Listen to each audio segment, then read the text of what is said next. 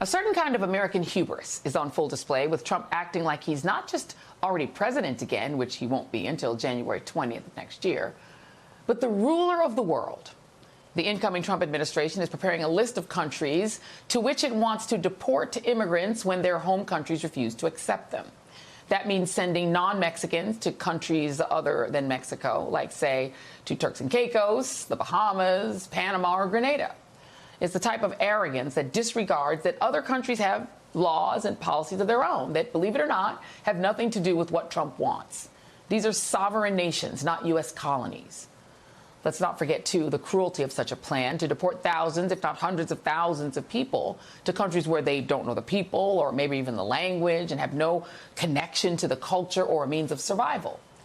It's not even clear if these deportees would be allowed to legally remain and work and live in those countries.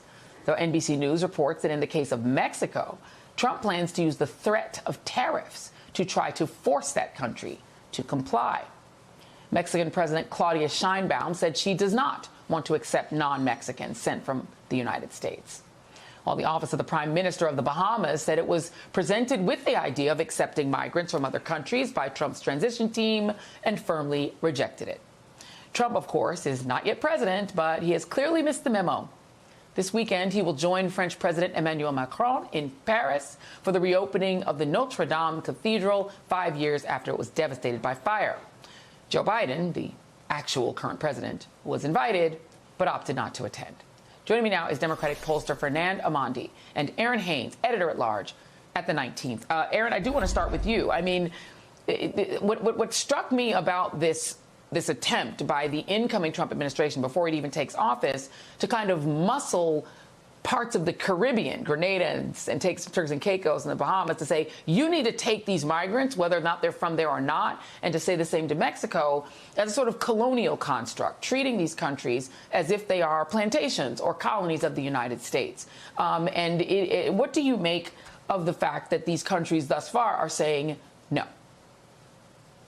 Yeah, I mean, the Caribbean, the colonial history of it is pretty striking, Joy.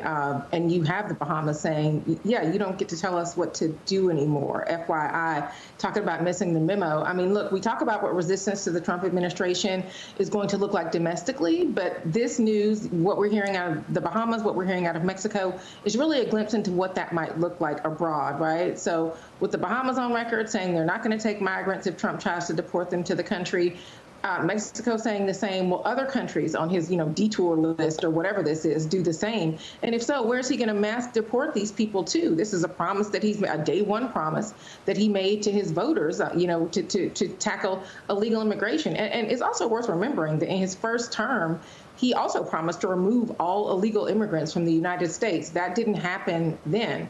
I'm not saying we shouldn't take him seriously. He also promised to impose tariffs. He did that, right? But, I do think, just as you were saying, Joy, these people are in so many cases fleeing for opportunity to just think that they can be dropped off somewhere where they may not even have the opportunity to build a life, to be able to earn a living.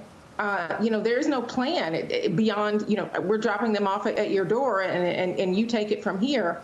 I really just, it doesn't seem like a very well thought out plan. And at least at this point, you've got a couple of countries saying, we're not interested in this plan. And the thing is, Fernand, when he's mimicking what people like Ron DeSantis did and what the governor of Texas did when they were shipping migrants, and in the case of DeSantis, going into Texas and picking up people that were in Texas undocumented and shipping them around the country, flying them to New York and to Martha's Vineyard, he's basically nationalizing and internationalizing that same sort of strategy. But you can do that in the United States because it's the same country.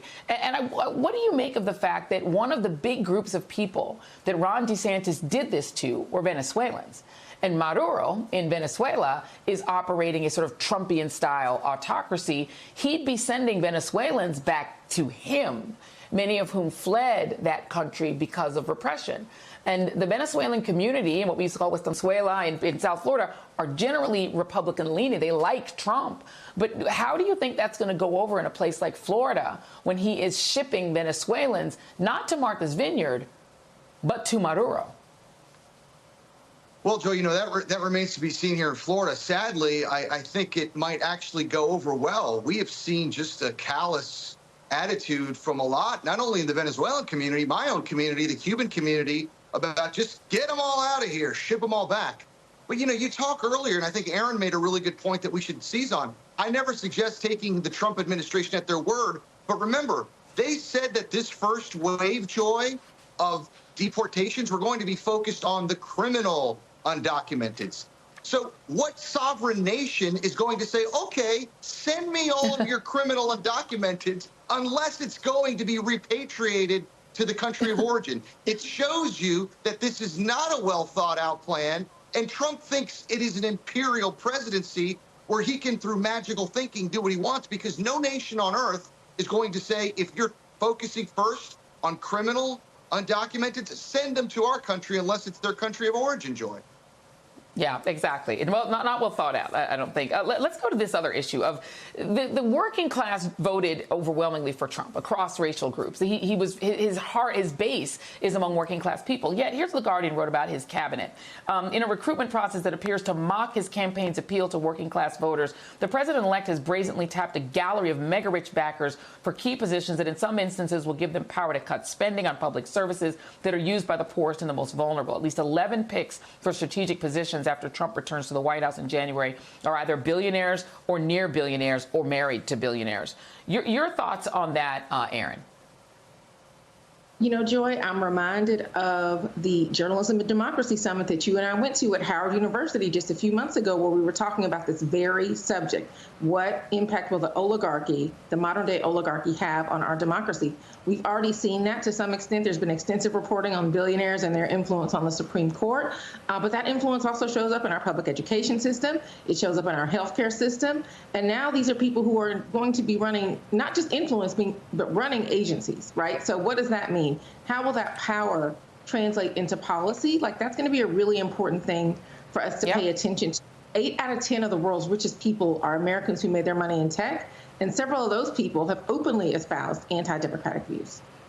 Yeah. And what we're seeing, Fernand, is that they're coming in, the billionaire and the near billionaire, Elon Musk and Ramaswamy, are promising to slash the budget. Here's where the biggest chunk of money is: Social Security. After that, we're talking about the Pentagon, the military. A lot of working class military folks are probably going to find out their veterans benefits are about to be sunsetted. They're coming after things like health care and things like that. How do you think that's going to go over with his base? Yeah, well, first off, I wouldn't call this a cabinet. This is more of a cartel court in service of the king. They're there to do Trump's bidding and get away with as much as they can in terms of their own self-enrichment.